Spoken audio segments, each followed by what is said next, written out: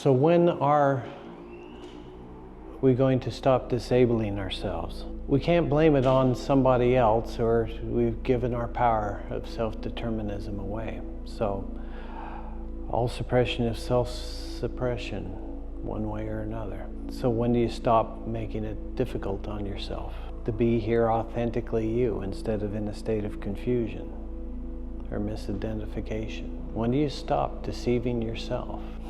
You should keep asking that question until the answer is you changed your mind. You're not going to anymore.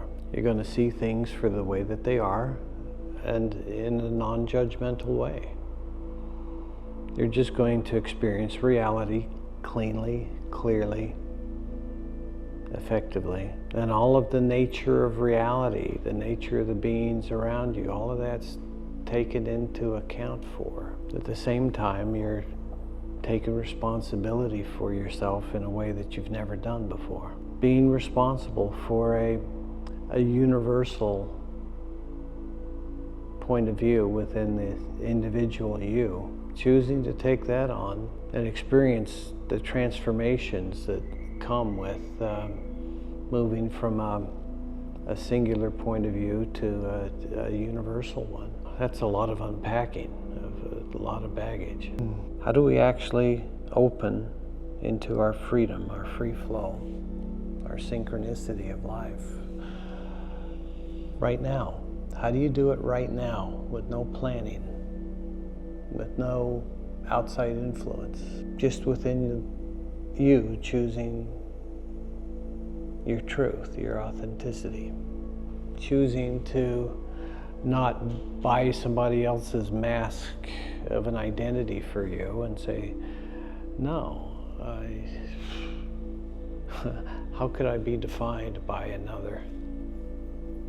By especially in just a single point of view. Especially a point of view that might disapprove. How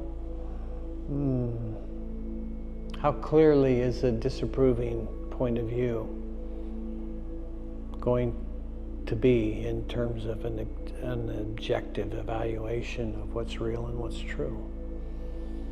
You know, once you've chosen a side, once you're in a battle, it's the time to surrender to the truth that sets you free from that. So what exactly is wrong with you and your life? Hello? Hi, Dina. David Newren calling. Hi, how are you? I'm doing good. Maddie told me you're a person experiencing the results of a conscious journey. I kind of paraphrased her there. Yes, I'm referred by Ariel. Yes, and Maddie and Ariel spoke to each other about you, and then Maddie passed it on. So it's nice to meet you on the phone. Nice to meet you too. And if there's anything that's particularly troubling you about life, or a concept, or a missing piece of data or knowledge, you know, whatever it is, I'd love to for you to shine a light on what's not setting well with you, what's not right with life or consciousness or spirituality, and let's take a look at it. Okay, I would like to do that. Okay. So where are we going to put our focus? I broke down a few focuses as of right now. You broke down a few Focuses to focus on. Oh, yes. Okay. And okay, so let's look at the first one. Hormones? Hormones? Correct. Okay. So as in female hormones, and how do they affect my consciousness, or how do I not be at effect of hormonal reactions going on in my body, something like that? Correct. Okay. So the more conscious that you are, the more self-aware, the more that you're willing to look, into your own darkness, the more you're going to know the nature of reality in such a way that the limitations that are bothering you now are largely irrelevant. So let's take a look from your current point of view, and how you're being troubled by hormones and what they're doing to your body and your mind. So all I know is the way out's the way through. So let's you and I immerse ourselves in that, and feel it in every way that it actually exists, where we get an authentic map of the reality of our opposition. Okay, so to do that, you have to be vulnerable, you have to be seen, you have to reach out and embrace reality and feel it, and allow what you feel to come back to you in such a way that it continually shifts your reality, what you identify with, and what things matter to you. So it's difficult for the ego because you can't predict what sort of wild journey may happen when you surrender to free flow in such a way that it's both wise and exciting. Something that is obvious. It makes the world a better place to everybody, and people are grateful to you for it. So back to the hormones, and the state of consciousness. If we were better examples, physically and mentally, of the truth that's our nature, the source of the consciousness that moves through the bodies is me and you. When we... Would you like me to explain? Oh, sure.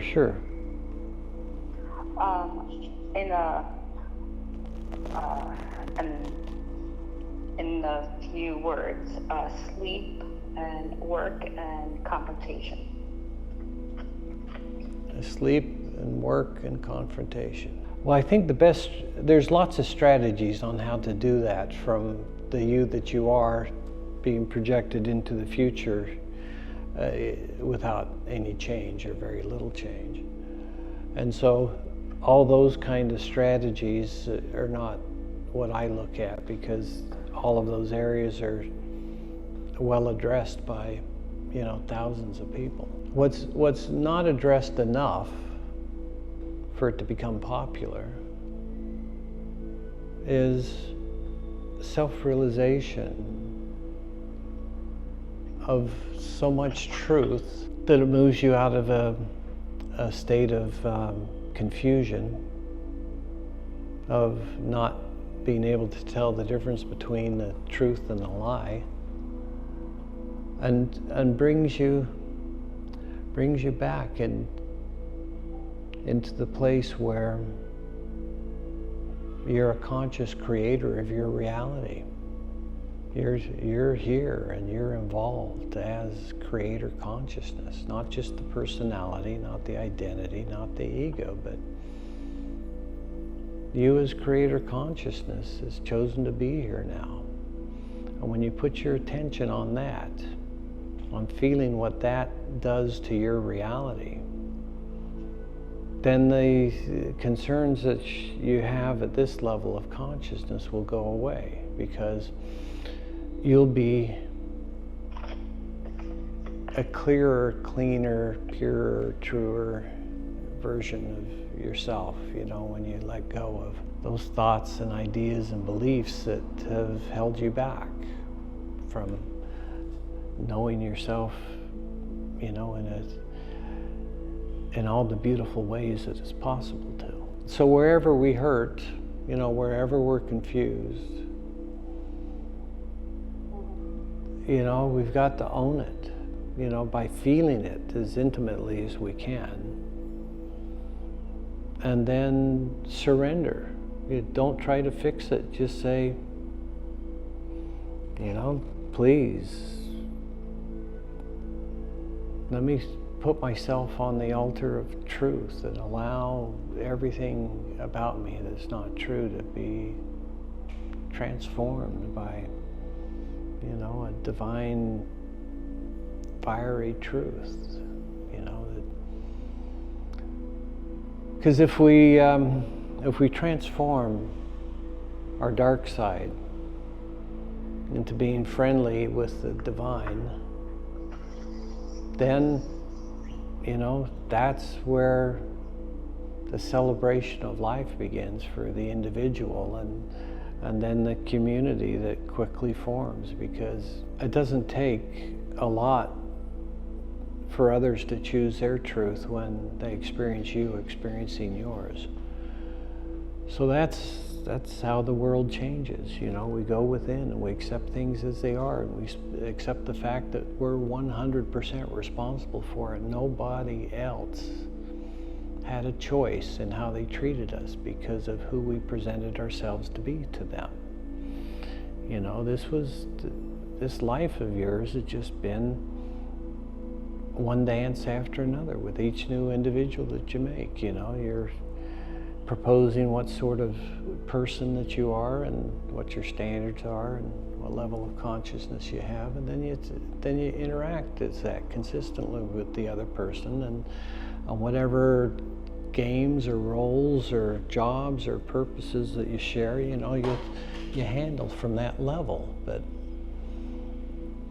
the thing that I'd like to experience is surrendering to the degree that I'm free from it all, and yet I'm pure, radiant joy at the same time. So how much truth does it take for that to be real as your experience of yourself? It's like the contextual reality that we've been living, that essentially that has to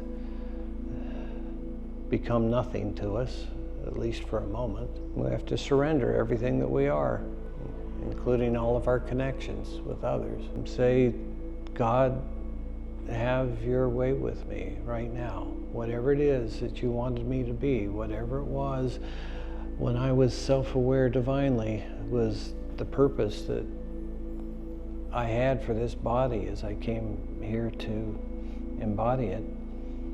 So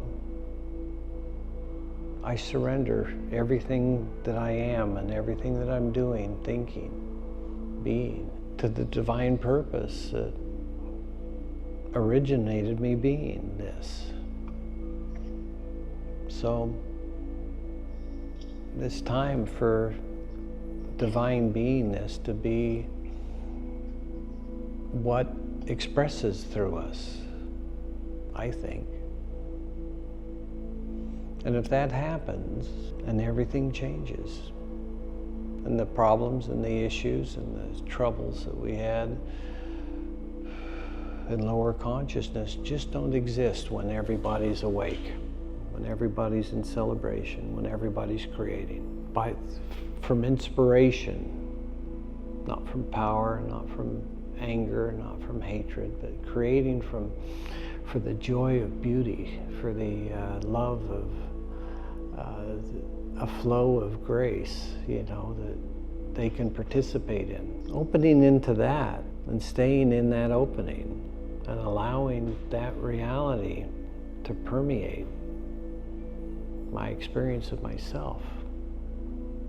That's kind of what I think the solution is for you, for me, for everybody. Wherever we feel like we need to change our reality because it's so wrong, surrender there to divine self-realization, and then decide what to do about it. Why would you make life-altering choices from a self-awareness of not knowing who you are, what you are, why you are, where you should be, what you should be, what the purpose of your creation was? by the Creator, which would likely be you. Because, there's not much to creating a body. Once everything's in motion, and you got people that are willing to have children. So how intimately can you experience your life all in one moment? Can you elaborate on that? Well, yes. So energetically feeling everything there is to feel about your physical body right now. And if you can feel your subtle bodies also. And to just open and become as aware as possible with every sense that you have of everything that's going on. And being at peace with it, surrendering to your body moving in a wisdom that self-corrects and self-heals. So the first step, I think, to higher consciousness is setting the body free so that the body can support higher consciousness. The body can't be under suppression from unconscious acts and be the vehicle that you need to transcend this reality, if that's what it takes to come to terms with your hormone concerns. And I'd like to think that if you opened enough and experienced enough of that soul-freeing truth, I don't think that there's any better thing that you can do for yourself than that. And so all the troubles and issues that we have with life, with our relationships, with our consciousness, with our experience of ourself, we first have to experience them, experience the reality of what we're going through in every way that we can. Because then we'll understand it. And once we understand it, then we'll behave ourselves in such a way that has the results that we want, instead of them being unpredictable. Sometimes they're good, sometimes they're bad. How do we begin to control our reality so that we experience what we intend to, so we're successful here in creating the experiences that we came here to have. Why should it be difficult for us here? Why should we have to struggle endlessly just to make ends meet and then have a few minutes to meditate before we go to sleep? Why not instead just wake up? Why not just wake up into your wholeness? All the reasons to do anything in life, what if you could consider all of those reasons from a state of consciousness that chooses freedom for itself and freedom for everyone else too at the same time. A freedom that inspires you to do better. Not a freedom to destroy, but a freedom to love fully, completely. So that the experience of life on this world is one that would be worthy of those blissful wishes that you have for yourself and others. And I'm kind of reaching a fairly nice state for myself where how my body feels and the fact that, the energies are flowing now. It's the beginning of being able to experience yourself truly consciously, And so what would the next step be for you or for me? We've considered the universal and the infinite and the eternal and the divine and the self that is all of that if it opens to experiencing it and understanding that. And then we have the I am this, and I'm going to keep being this no matter what part of ourselves. And that's what I'm wondering. Why the desire for that permanency? Why is there the desire for reality to stay so much the same that it requires us to stay here in suffering? That doesn't make sense to me. I think decisions have been made and by otherwise intelligent beings that they went a little off track here. And you feel how that lightens the energy around your body? It's true. Somebody messed up. Messed up bad. And as soon as we can admit that yeah, somebody messed up. And you and you accepted it. Yeah, somebody did it, so what? Now we got this reality. And where did I mess up? Even with the confusion of an insane reality, where didn't I play by the rules and so mess up in the game of life here? And then you can take a look at all those. The games within the games, within the games, within the confusions, within the identities, within the insanity of polarized consciousness. So if we're doing it to ourselves, and we are, when do we choose for it to end, and how? How do we actually awaken and embody our truth and freedom? Well, we need some more light somewhere. Yeah, I prefer it, actually. Just give us a moment. Oh, pardon me, we're just making an adjustment here.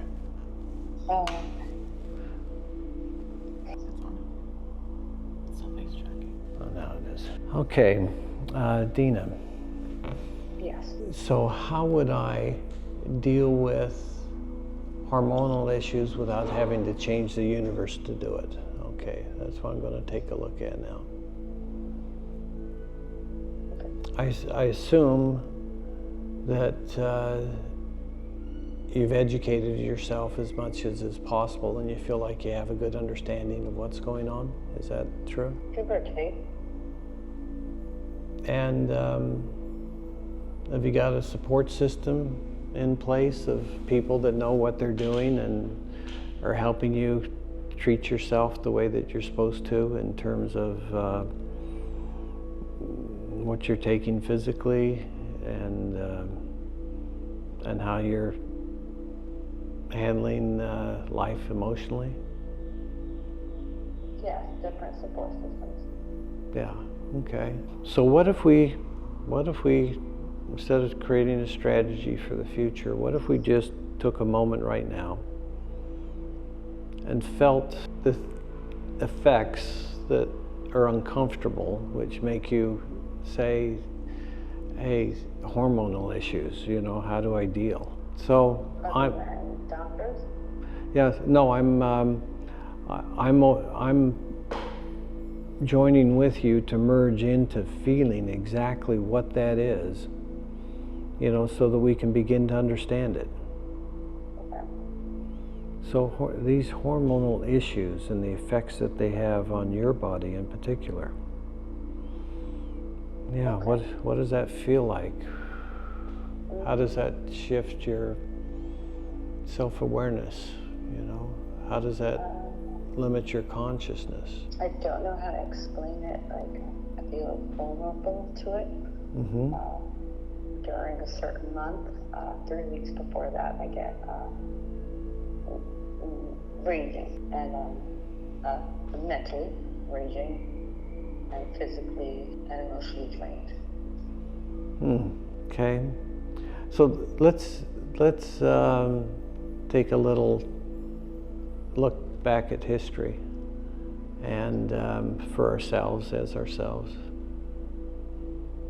And let's go back 13.8 billion years ago, right before the universe sprang into existence. Okay. And okay, hey, guess what? The universe doesn't exist, but we do. How about that? How about that? Who are we beyond this universe? That's the interesting question, I think. Because this universe is all about creation and context and creation in unconsciousness. Largely non-enlightened and self-aware, but in a combative, competitive way. I agree. Yeah. So, yeah. So I believe that that's what creates a body that's susceptible to negative effects from hormones. So let's feel the body again, feel the hormones, feel the negative effects of them, and feel the place where if you hadn't gone unconscious there,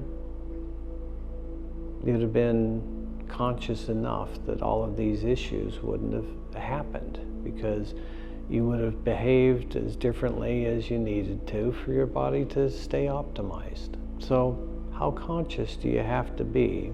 How self-aware, how full of truth for your body to naturally exist in a state of continuous optimization? Because that would solve your concerns, I think. So it's not like you run out of consciousness. You know, you were conscious before the universe. You just noticed that. And how conscious were you? It appears that you were conscious enough to be right at the point where just before the universe was created. And what are you aware of there besides yourself? Not a whole lot. Because there's not much that isn't you, even outside the universe. So the creator consciousness that manifested the universe, you already experienced it. You were there, and you were self-aware, even though there wasn't a body. So what does it take to bring a transformational shift from here to free, from here to healthy, happy, wealthy, and wise? And what if all you had to do was stop stopping it from happening? You didn't have to put any effort in at all. All you had to do was stop fighting and surrender to God, the divine, whichever flavor you want. I don't think it matters, even though everybody says it matters infinitely. You win or lose based upon your choice. Well, that sounds like it's still a fucked up reality to me, doesn't it to you? Well, if you don't make the right choice, you're fucked forever. Well, that's not a reality I want to be saved to. The ones where the people who are confused, which is all of us, we got two choices, and half of us choose one and half of us choose the other, just because, it's the law of averages. And then some get to celebrate forever and the others suffer forever. That cannot be the truth that sets you free. There's something bigger going on than the game of heaven and hell. That's the first time I've said that. I agree. So if there's something bigger going on than the game of heaven and hell, and as soon as you considered it, you went there and said, oh, this feels more like me. This feels more like my truth. I'm a lot freer if I stay here than if I go back to Dina. But you got to go back to Dina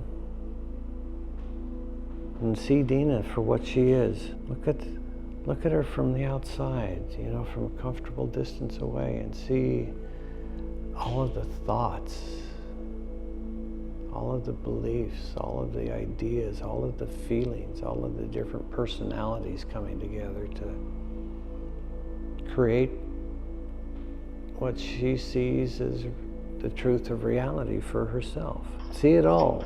See all of the influences, as well as seeing all the different ways that you come to your belief as to what you think your experience of self and life and the universe is. And then realize again that you don't know anything. You surrender all of your goodness onto the altar of truth as well, because that's where we get trapped the longest and the hardest, is doing well and being good and feeling good about ourselves and our lives, because we are good. That's a winning combination. Goodness with consciousness. Goodness with self-aware.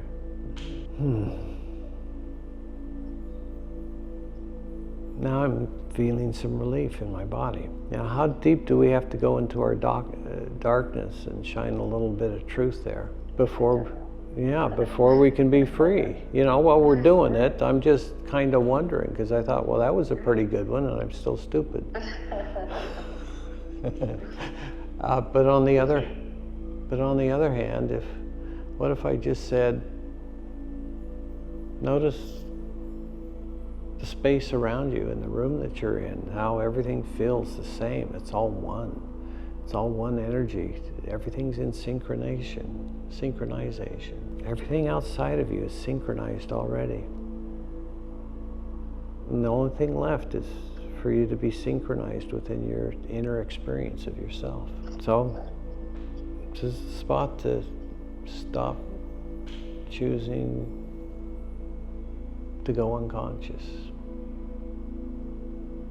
Stop choosing to run away from contextual truths that embarrass you or condemn you. And there you find your door to salvation, accepting responsibility for your life being the way that it is in this moment in time. You did it all to yourself. Regardless of what tools you used against yourself, you're still in the battle within your own experience of yourself in your own body right now. So, don't claim that you're right until you're at peace within yourself. And then you won't need to, you won't want to, because you already know what's real. There's no need to argue about it with somebody that believes in a story as the truth instead of their own opening into a magnificent expansion of consciousness that truly, enlightens the soul, So we only have to choose for ourselves. Let everybody else choose as well, but if you want change, if you want positive change, go all the way and make that choice for the universe that the universe recognizes as, here's one that's been set free. Let's reorganize ourselves accordingly. The reality around you, as you take responsibility for the past by taking responsibility for the present. You sit in that until all the pain goes away. All of the suffering comes to an end. And you remain in your body conscious enough to make great choices for yourself moment to moment. And that's kind of the objective, optimize your life, optimize your consciousness, achieve the limits of your potential, and then communicate from there, create from there. And, that's it. Create as a master from your mastery, from your surrender to the divine you. And that's 40 minutes. Thank you very much, Steve. It's my pleasure. It's very inspiring. I know it's a little bit weird, but it's what I do. It's inspiring. Well, I know it's a little inspiring as well, but I also know that it's different. But I understand it at the same time. Yeah, different in a cool way, I think. So. Yes. Okay, well, it's been a pleasure. I'm always happy when somebody's willing to let me talk for as long as they can stand it, and it makes me happy to do it. So, thanks for chatting. And thank you a lot. Thank you so much. My pleasure. Good night. Good night.